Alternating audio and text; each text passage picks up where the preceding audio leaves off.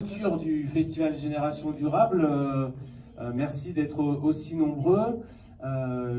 C'est une clôture du festival, donc je vais passer la parole à Monsieur Xavier Hubert, vice-président de l'Aglo, qui soutient le festival depuis plusieurs années, et je le remercie. Merci Alexandre. Oui, je suis avec Christophe Allori. Nous sommes tous les deux vice-présidents à l'Aglo en charge du développement durable, des énergies renouvelables et puis de tout ce qui concerne les questions de notre temps, de notre société, et qui illustre ce festival à travers les films, les débats, les manifestations qu'il réalise au sein de l'Aglo. Comme disait Alexandre, Évreux Portes de Normandie soutient ce festival de façon constante, régulière, avec beaucoup d'enthousiasme. Et c'est vrai qu'on souhaiterait que d'année en année, ce festival puisse attirer encore davantage de public, et même si vous êtes très nombreux ce soir et on s'en réjouit.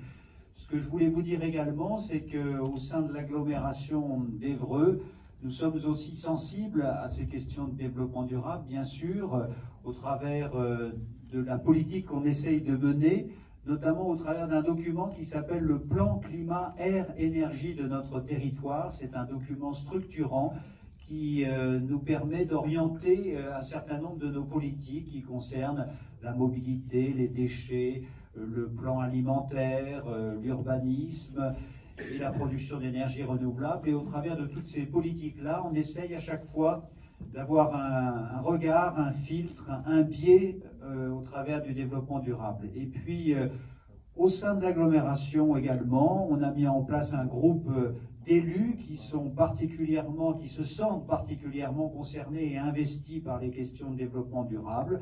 Un groupe d'éco-élus, il y en a un à côté de moi et certains dans la salle que je salue. Et c'est vrai que ces élus sont toujours un peu à aiguillonner la politique que nous voulons mettre en place. Alors, j'en dirai pas plus, mais on espère que cette politique monte en puissance au sein de notre agglomération pour que concrètement les communes puissent procéder à des réalisations concrètes en matière de développement durable. Voilà, merci à tous, bon film, le festival se termine, alors peut-être on peut se dire d'ores et déjà avec vos amis et vos proches à l'année prochaine. Merci à vous.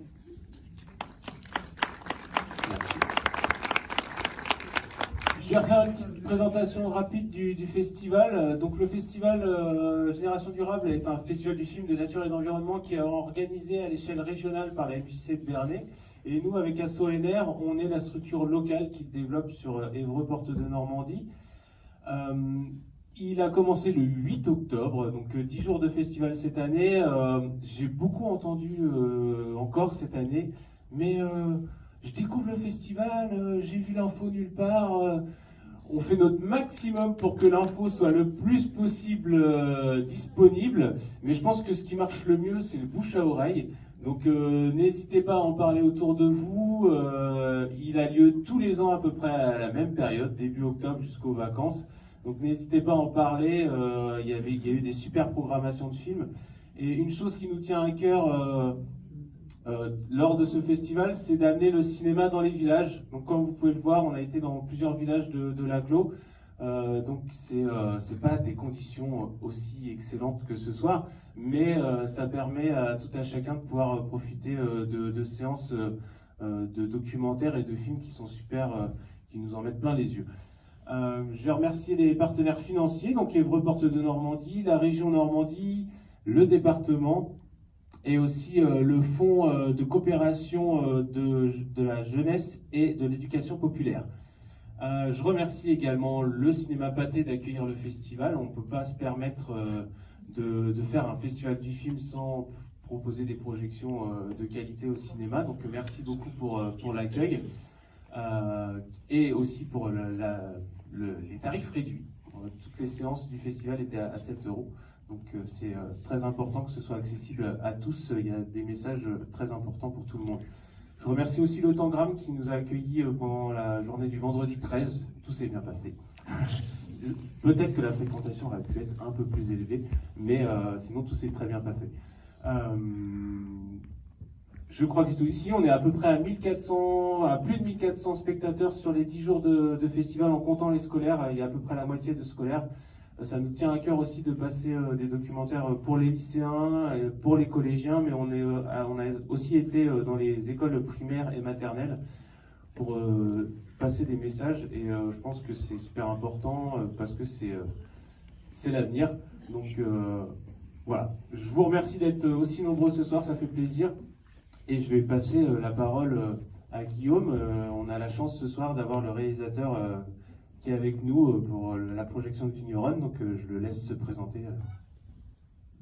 Eh ben, merci à tous d'être venus, merci à l'association NR pour l'invitation et puis au Festival Génération Durable. J'ai fait une petite tournée en Normandie justement dans le cadre du festival et c'est l'occasion aussi de passer à Évreux. Et, donc rapidement, moi c'est pas la première fois que je viens au Festival Génération Durable et notamment au Pâté d'Évreux parce que j'étais venu, sauf erreur, en 2018 pour Zéro Phyto 100% Bio, mon dernier documentaire, qui était en partenariat avec Agir pour l'environnement, Génération Future et Bioconsommateurs, qui mettait en avant les cantines bio et l'arrêt des pesticides en ville.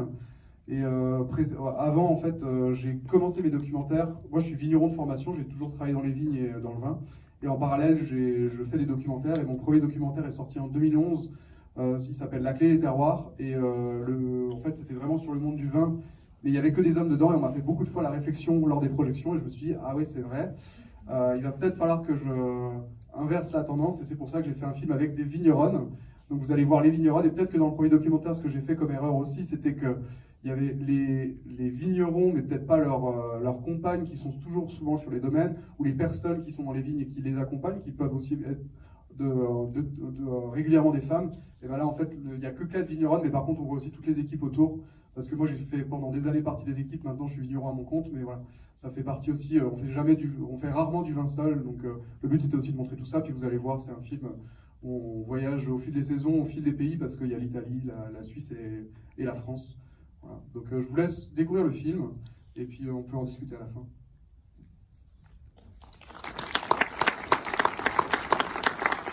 Il y aura également une petite dégustation de vin à la fin et j'en profite pour remercier Biocop qui est notre partenaire pour cette dégustation ce soir. Donc, normalement on devrait avoir assez de verres pour tout le monde. Bonne séance à tous.